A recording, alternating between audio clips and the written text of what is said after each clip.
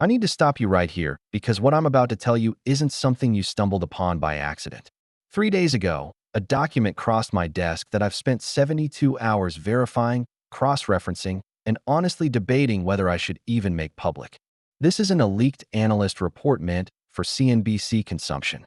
This isn't some speculative think piece from a junior trader trying to make a name for himself.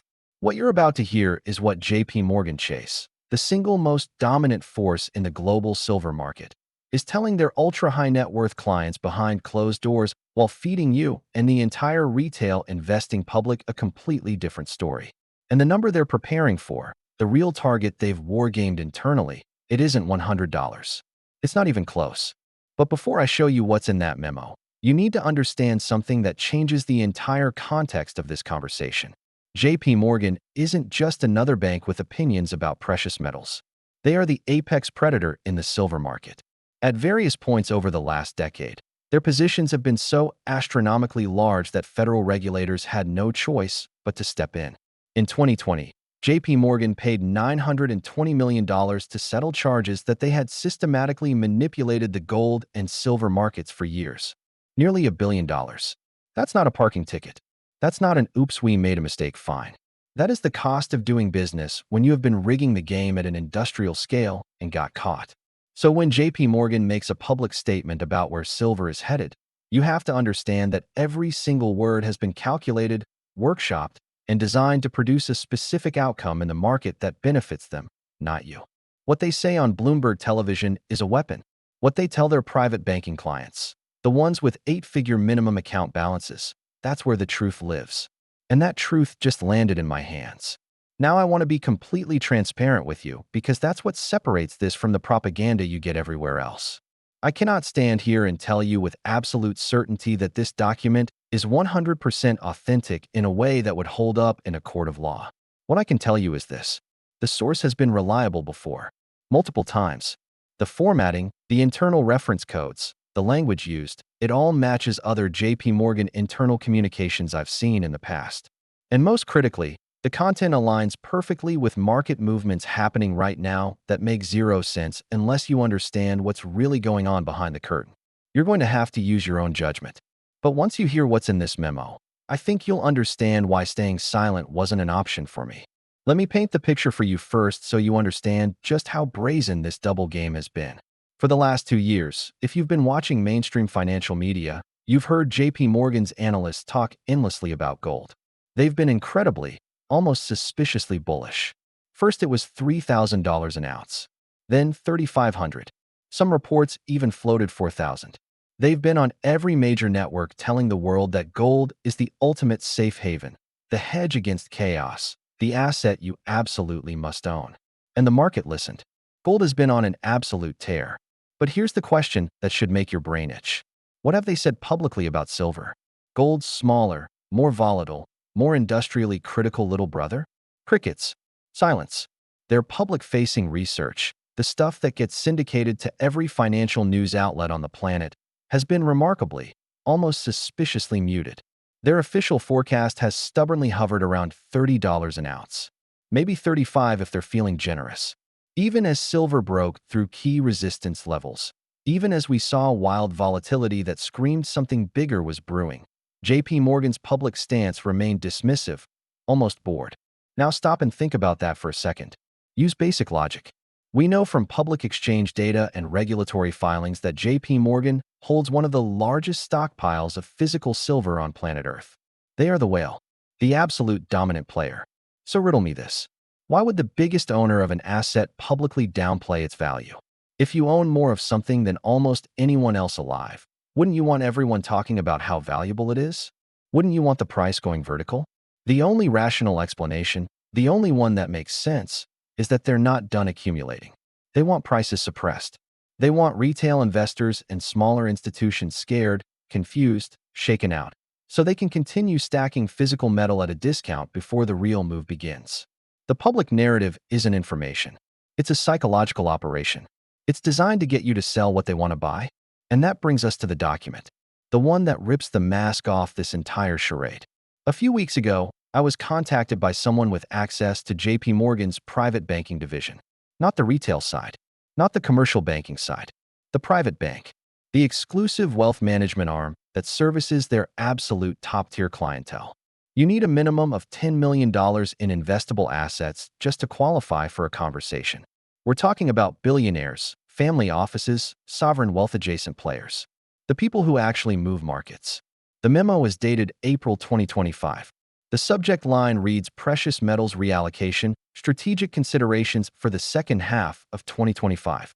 And what's inside is absolutely explosive. I'm going to read you the key section verbatim because you need to hear this in their own words. Quote, given the structural supply deficit in silver markets, exacerbated by industrial demand growth in photovoltaic and electrification sectors, combined with central bank diversification away from dollar-dominated reserves, we are revising our internal price assumptions for physical silver. Our modeling now anticipates a range of $175 to $215 per troy ounce within an 18 to 36-month horizon. This is not speculative. This represents our base case scenario for client portfolio construction and hedging strategies. End quote. Let me say that again because I need you to hear it. $175 to $215 per ounce. That is their internal target. That is what they are preparing their wealthiest clients for. Not the $35 story they're selling on television. Not the maybe it hits 50 speculation you hear from mainstream analysts. $200. That is the real number. But it gets even more revealing. There's a section titled Positioning Recommendations, and this is where you see the playbook laid completely bare. They recommend their private clients allocate between 8 to 12% of their portfolio specifically to physical silver and silver-adjacent investments. 8 to 12%. For context, the standard advice you get from any conventional financial advisor is maybe 1 to 2% in precious metals total, and that usually means gold. JPMorgan is telling their ultra-wealthy clients to go 4 to 6 times higher than conventional wisdom and to focus specifically on silver. Then there's this paragraph, and I want you to listen carefully because this is where the manipulation becomes undeniable. Quote, we anticipate significant volatility in near-term price action as paper market positioning adjusts to physical market realities. Clients should view drawdowns of 15 to 25% as accumulation opportunities rather than exit signals. Periods of acute price weakness represent optimal entry points for long-term strategic positioning. End quote. Read between the lines. They are telling their clients that when silver crashes, and they expect it to crash, possibly violently, you don't panic. You don't sell. You buy more. Because the paper market, the futures contracts, the ETFs, the derivative nonsense, all of it is disconnected from the physical reality. There isn't enough actual metal to back all the paper claims. And when that gap closes, when the market is forced to reconcile fantasy with physics, you want to be holding as much real silver as humanly possible. This is the game. When silver drops, retail investors panic. They sell at a loss. They convince themselves they made a mistake. When silver drops, JP Morgan's clients buy your metal at a discount. They accumulate. They wait. They position. And when silver finally hits that 175 to 215 range, they sell it back to the next wave of retail buyers who finally believe the rally is real. This is wealth transfer in action. This is how generational fortunes are built and destroyed. And unless you understand the game, you are on the wrong side of the trade. Now you might be wondering why I'm sharing this now. What's the urgency? Here's what you need to understand. The memo includes a timeline, and according to JP Morgan's internal analysis, the window for accumulation at current price levels is closing faster than most people realize. They specifically cite the third quarter of 2025 as what they call a phase transition point, the moment when physical silver shortages become so undeniable that paper prices are forced to adjust violently upward. We are in the second quarter right now. That gives you months, not years. Maybe weeks, not months. And look around you. Look at what's actually happening in the real world outside the carefully managed financial media narrative.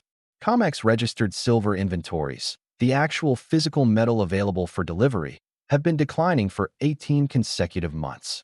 The premium that buyers in Shanghai are paying over London spot prices has been persistent and sometimes reaching 30, 40, even 50%. That doesn't happen in a normal market. That happens when there's a scramble for physical metal. Industrial users are starting to hoard.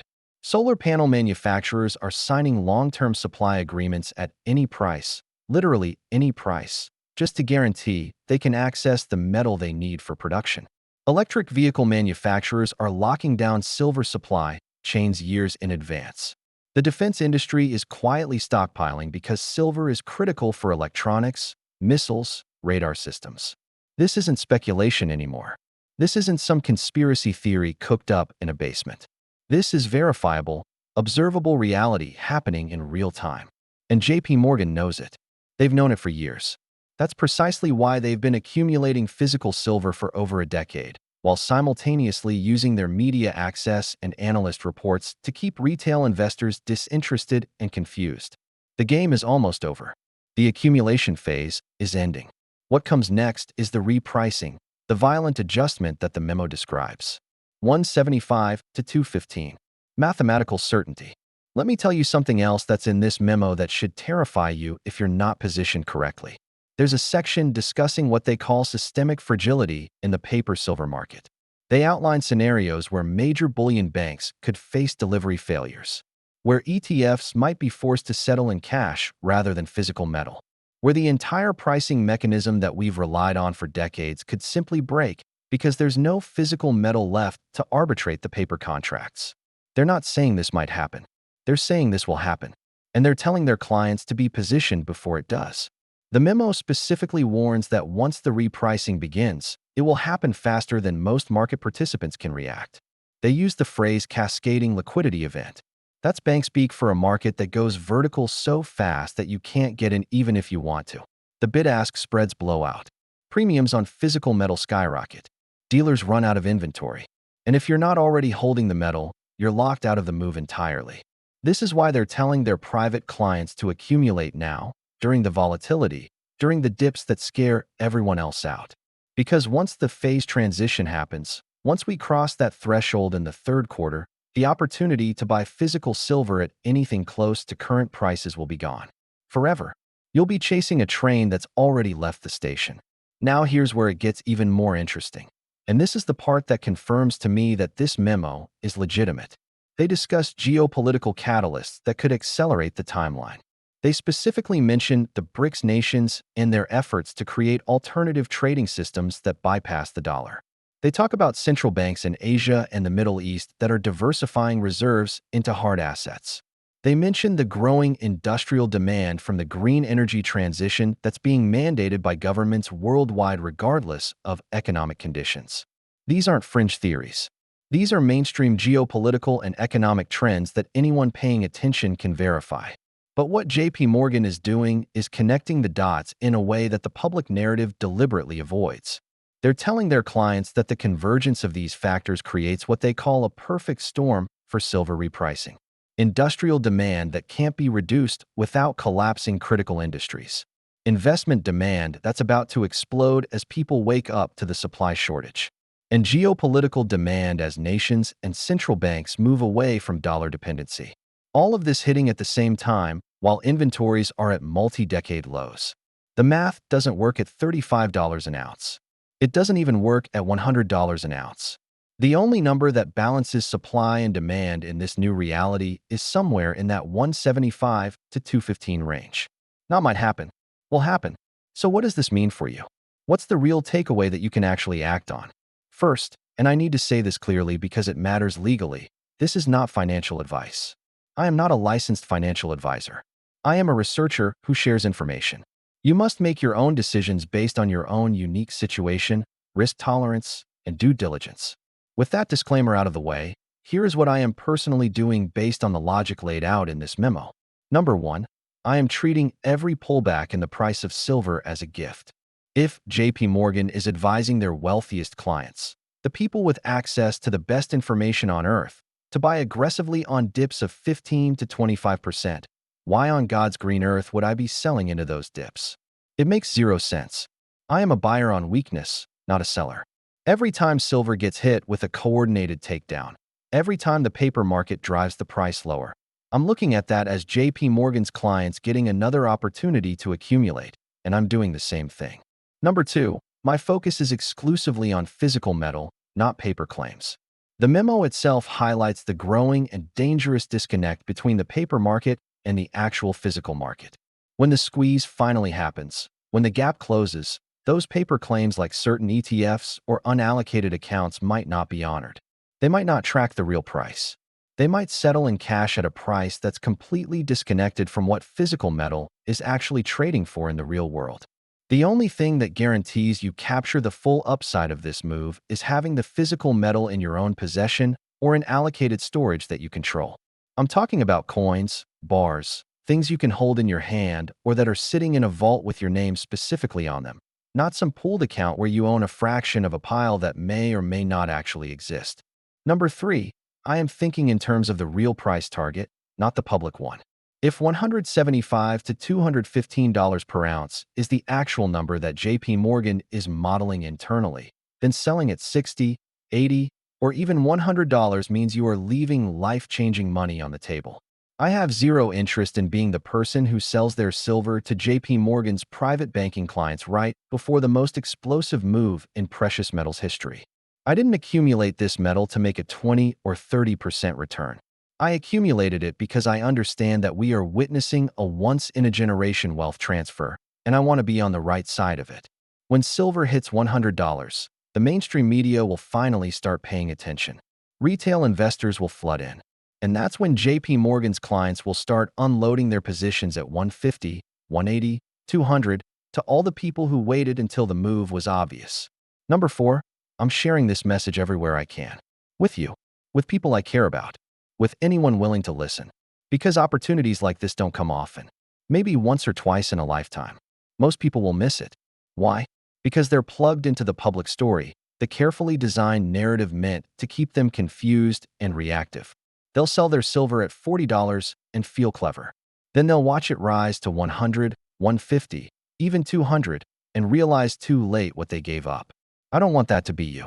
This kind of insight is usually reserved for the ultra-wealthy. It's what separates generational wealth from constant financial struggle. For once, you have access to it too. Remember this: information is power. Big institutions move early because they see the real data. They position themselves long before the crowd reacts. Meanwhile, everyday investors follow headlines and emotions. So ask yourself, who do you trust? The polished TV analyst or the hidden signals behind the scenes? Same pattern, same outcome. The smart money already knows. The question is, will you act on it?